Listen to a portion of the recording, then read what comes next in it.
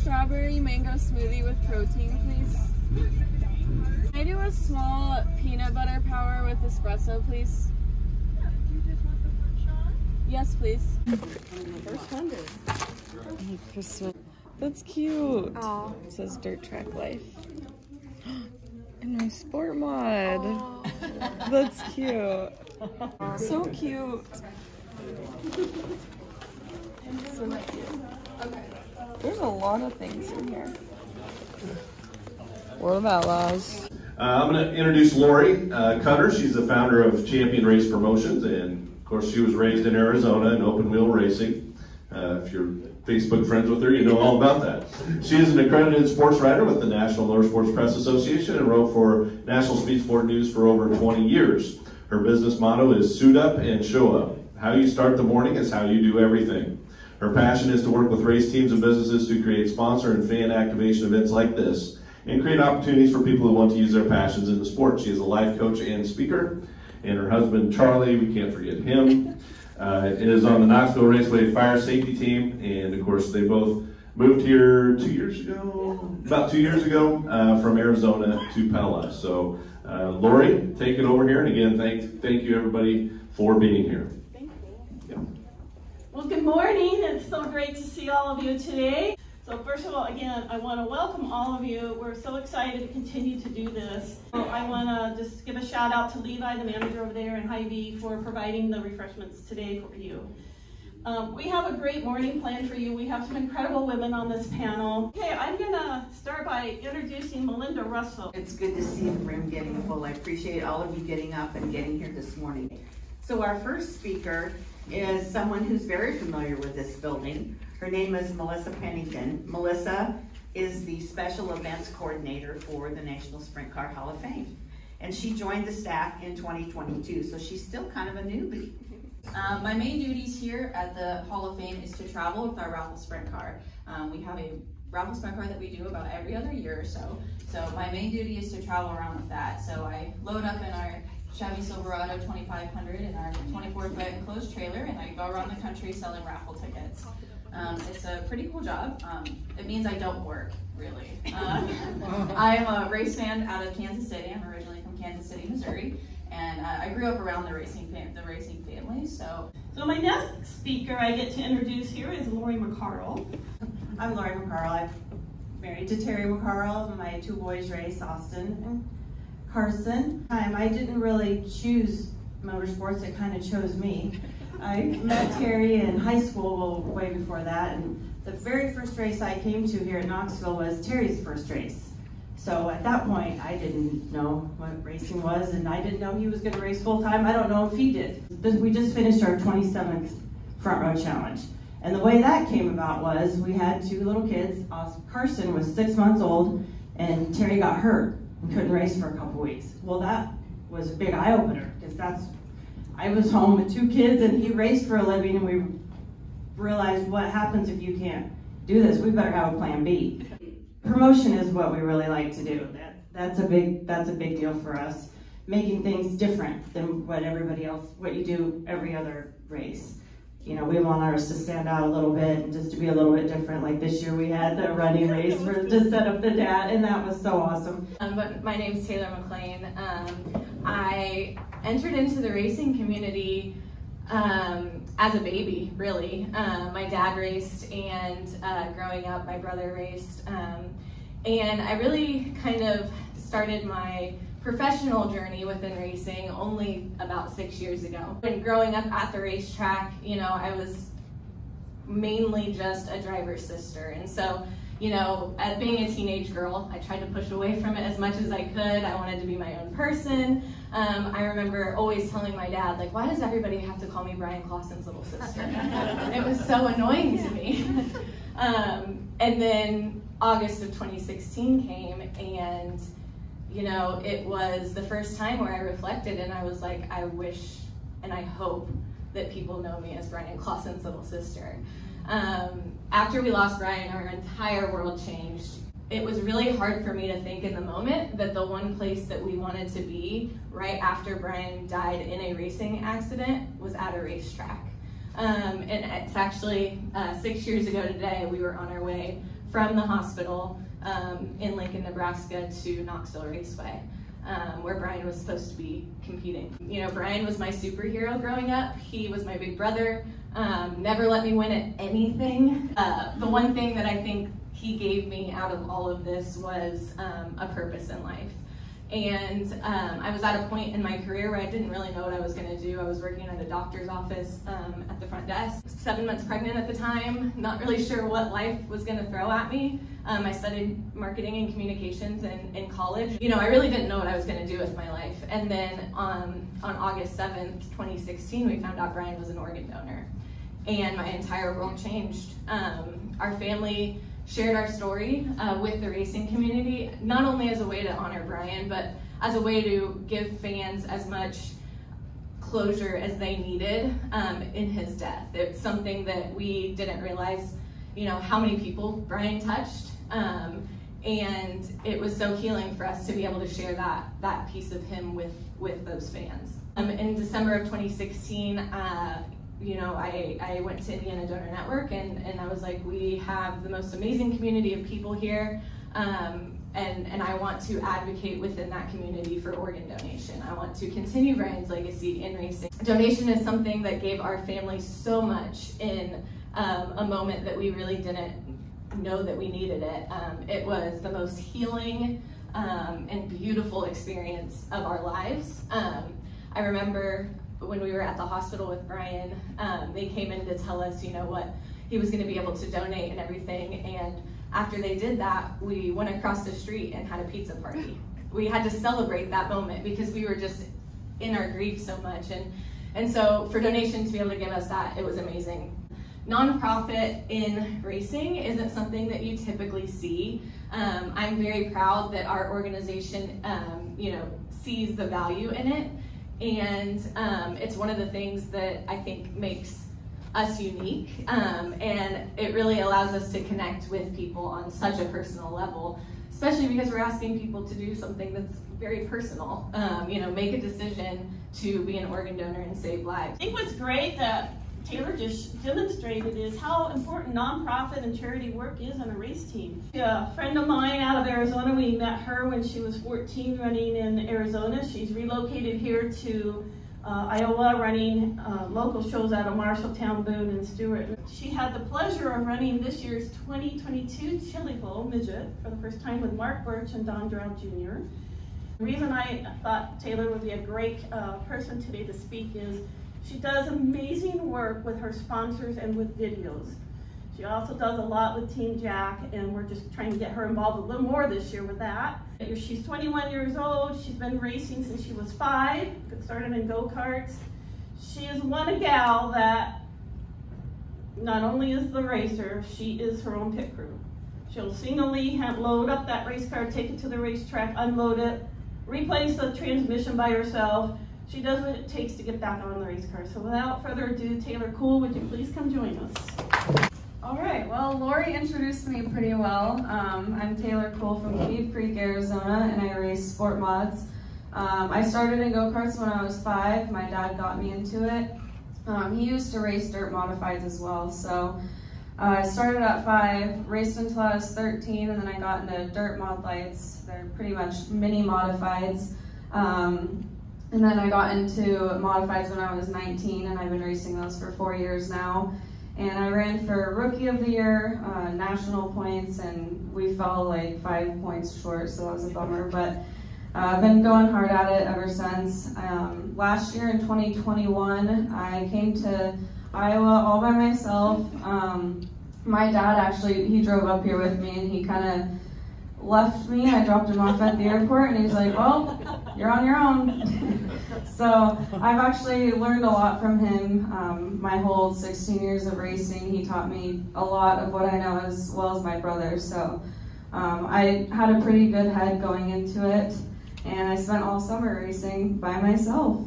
Luckily, I had a crew guy show up once in a while, and he would help me at the racetrack, but I pretty much getting thrown into it by myself. I learned more than I ever have in the previous 15 years of racing, and so that was a really good year for me, even though the racing really wasn't that good. But this year, 2022, started out really well. It was my first time ever at the Chili Bowl.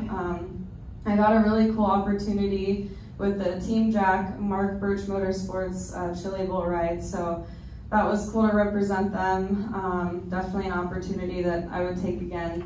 And after that, it led to a couple more opportunities. I got to drive a friend's micro sprint down in Arizona. I got a stock car ride from one of our friends up here in Iowa, Jerry Schipper.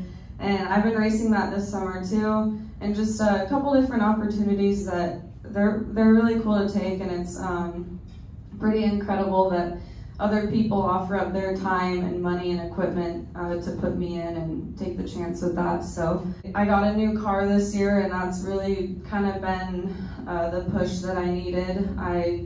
It's been a really good car, and we've had a lot better year than last year. Got a couple wins. Out at B&B Speedway, we picked up the season opener win and one of the series wins there. So been doing that and traveling around Iowa a little bit here and there. We go to a couple hours north, south, wherever I can go to race. And I got to represent Salute to Veterans Tour that Hunting with Heroes puts on. That was really special to me, something that I've never done, and it allowed me to connect with veterans and hear their stories and just let them know how thankful I am for what they do for all of us. So that was really cool to be a part of. And like Lori said, I pretty much do everything on my own. I do weekly maintenance on my race car, the marketing side of things, which isn't my forte, but I'm learning as I go. And I manage my merchandise, tow my own truck and trailer to track and to and from. I do all the repairs on my race car, so this is probably the cleanest my nails have been all this summer. I think one thing at the racetrack that's really important to me is taking the time to talk to fans. I've learned that over the years talking to different drivers. I got to talk to Brian Clausen one time, and he's very personable, so that's one thing that I took away from that. I think it's really important to talk to the younger generations as well and kind of keep them connected to our sport. Recently, we started a YouTube channel. It's called Taylor Cool Racing, and actually my friend Chloe here, she puts it all together and films everything, so I'm super thankful that she does all that for me. It's a really good platform to kind of introduce racing to people who aren't involved, and it gives them a real insight of my racing program and just dirt track racing in general, because people don't really know what it's like to be in the pit, to be a driver, and just to be involved in racing itself. So it's cool to kind of incorporate racing into the entertainment industry. That's pretty much it. I can talk about my racing all day. I'm very passionate about it, and I kind of tell people like racing is my personality. That's all I do, and I'll post a picture of Thanksgiving with my family and people will comment, "Why aren't you racing?" Well, it's a holiday. I mean, I take a lot of pride in what I do. I was talking to somebody yesterday, and he said, "What do you want to be known as in racing?" And that's a really hard question. He kind of put me on the spot, but I like to be known as the clean, professional, respectful driver. And Kaylee Bryson said it really, really well at the Chili Bowl. I don't know exactly how she said it, but I don't want to be the best girl racer. I just want to be the best racer. And I think that's really important to have that mindset. So I'm Dana, originally from Broomfield, relocated to Mooresville, North Carolina. My uncle, he's a 12-time RMMRA champion out of Colorado. My dad raced for 35 years professionally. My grandpa was a car owner. Jan Opperman, Doug Wolfgang drove for him, so you could say we had a little bit of a background there. My dad used to pay me $20 to wash the truck and trailer, help with the car wash. Then it got to the point where we were grooving tires.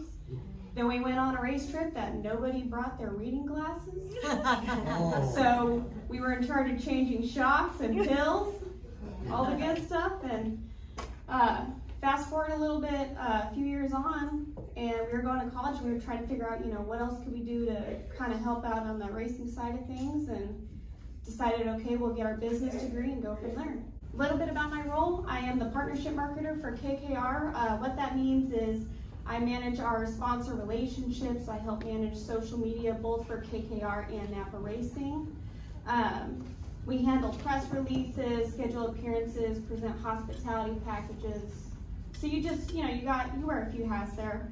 This is just living the dream 100%. You get to go racing all the time, all around the country. You're helping out a racing. You have a job to do, and it's fun. You enjoy every second of it. I was very fortunate that, at Casey Kane Racing, we're a huge family. No one treats you any different, whether you're a boy or girl. So we got very lucky there. And one of the things I'd recommend, if that's kind of the route you want to go, don't be afraid to reach out to teams, put yourself out there. So I'm actually going to introduce a couple of people. First of all, Cindy Sisson is a friend of mine and a great event organizer, and she's the one that helped us connect with Lynn. As a 7-time competitor in the world's largest sporting event, the Indianapolis 500, Lynn earned Rookie of the Year honors in 1992 and competed in 15 IndyCar races. She has competed all over the world, including twice at the 24 Hours of Le Mans in 1989 and 91, with victories in the IMSA Series at Watkins Glen, Road America, Daytona, and Sebring. And of the prestigious Spirit of Ford Award, the Guiding Women in Sports Award, the Office Depot Visionary Sportswoman of the Year, and named on Automotive News list of the top 100 women in the automotive industry. She is an ideal speaker on women's issues, gender, and diversity. Most recently, she was inducted into the 2022 Automotive Hall of Fame, which is very exciting. Lynn is passionate about mentoring young people in racing, as well as women in automotive fields. She also is the co-founder of Women in Motorsports North America. So I'm going to turn it over. Or whatever job you might have in motorsports, you have to approach it with a complete belief in yourself, even if you screw up and you learn from it. Is that Dick really believes in his drivers.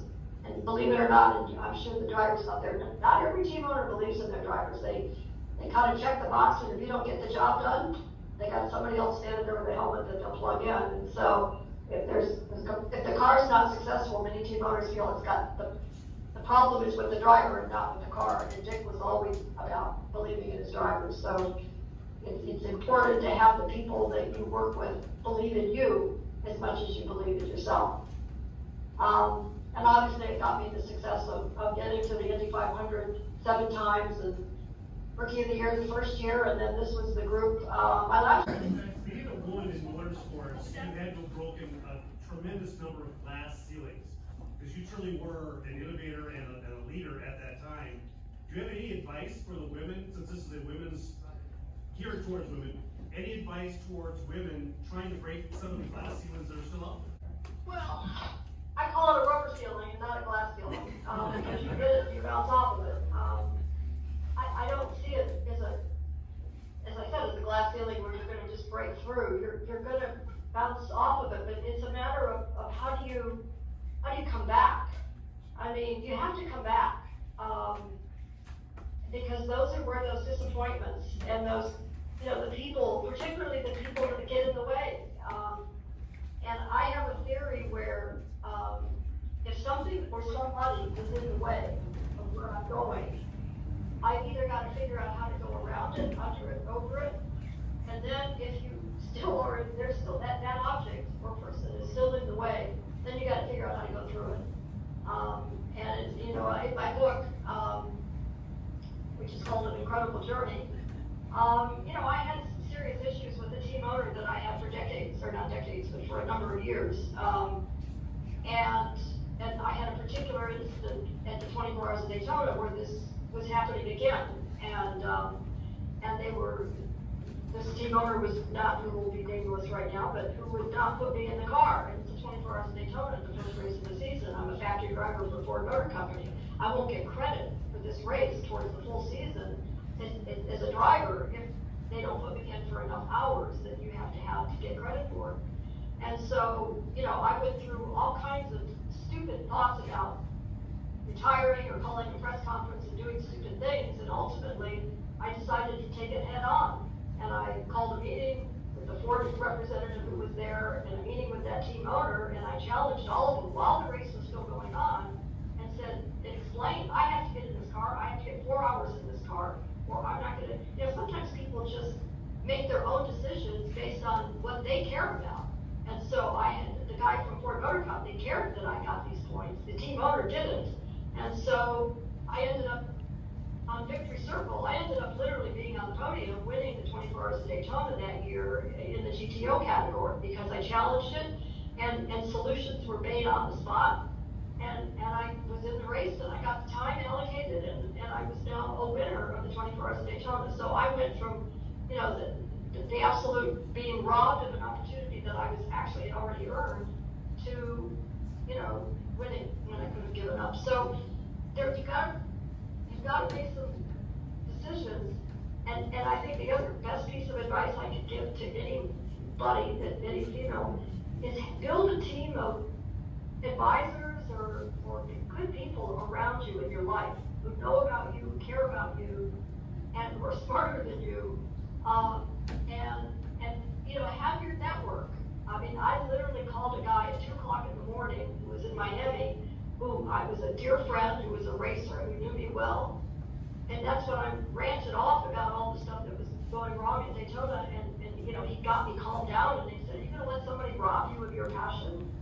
And so if I hadn't made that phone call, I don't know, I may have done something incredibly stupid that would have ruined my whole career. So, you know, you really have good sounding boards, good people. Surround yourself with good people that'll give you good advice.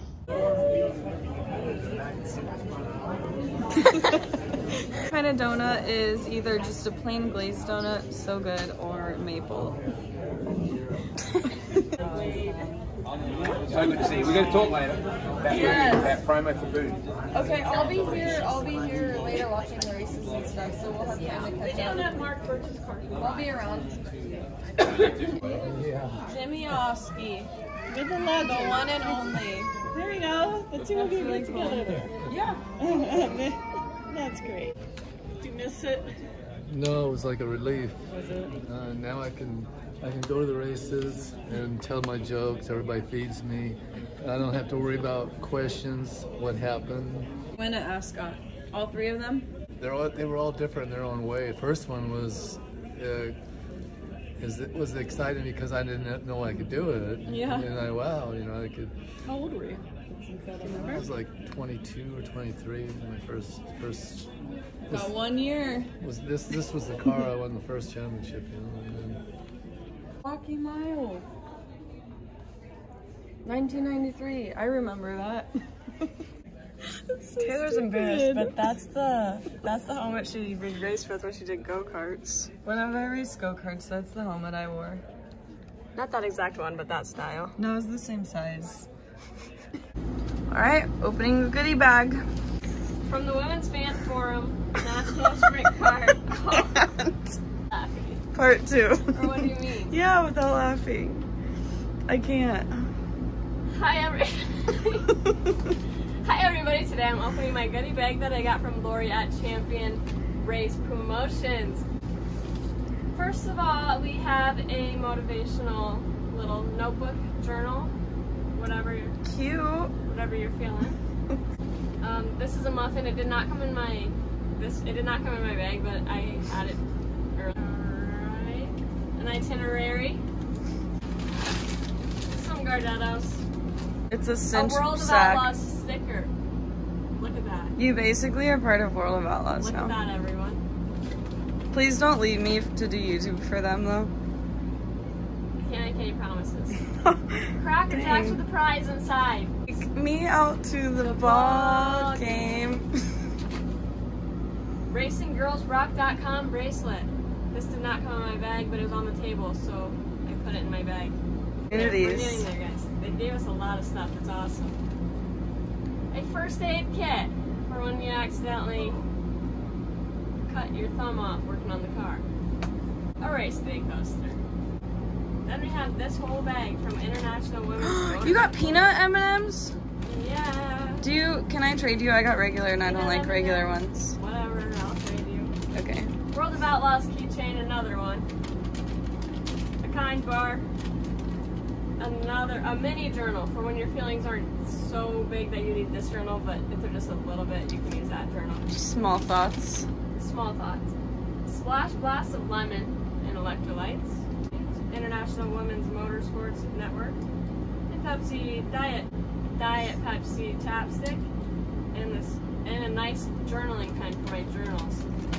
So thank you to everyone who contributed to this goodie bag. It was enormous. Goodie bag. Goodie bag. Do I say it weird? Yeah. What'd you get? Got a chicken quesadilla. It's an energy drink. Chloe and I just woke up from a nap, and I really don't like energy drinks, but I needed one. I'm having a water. We're a little crispy here. I love the checkered paper. Smells delicious. We're here with Mark Birch Motorsports and the Team Jack 410 Sprint car, supporting them tonight. This is Don, he kind of bullies me. Oh, whatever.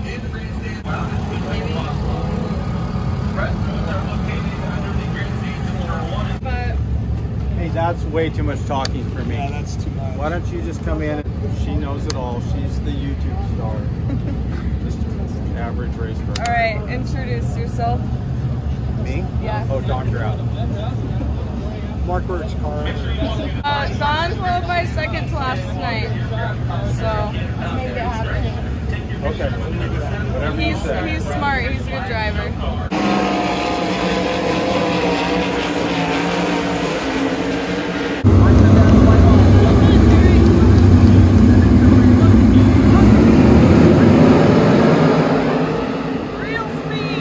Hey guys, we're walking back to our car, but you can't see us in the flash. Apparently, it doesn't exist. Going home. Going home. State fair. All right, Knoxville went good. It was fun. We got to watch some open wheel racing, so it was fun though. Thanks for watching. Like and subscribe.